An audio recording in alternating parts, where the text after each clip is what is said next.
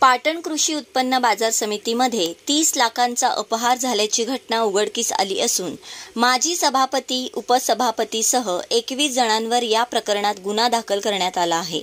तारळे आणि Mangaon petrol pump व्यवहारात अनियमितता असल्याने संबंधितावर सुमारे 30 लाख रुपयांचा अपहाराचा ठपका ठेवण्यात आला आहे।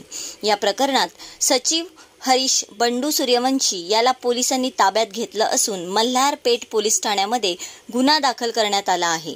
पाटण कृषी उत्पन्न बाजार समितीमधील हा अपहार उघडकीस आल्याने जिल्हा परिषद पंचायत समिती निवडणुकीच्या तोंडावर पाटण तालुक्यातले राजकारण तापण्याची शक्यता निर्माण झाली आहे। तत्कालीन माजी मंत्री विक्रमसिंह पाटणकर यांच्या ताब्यात पाटण कृषी उत्पन्न बाजार समिती असताना हा अपहार झाल्याचे उघडकीस आले आहे। सध्या ही बाजार समिती पालकमंत्री शंभूराज देसाई यांच्या ताब्यात आहे। त्यामुळे येणाऱ्या काळात पाटणचे राजकारण तापणार हे निश्चित। The best thing team Patan.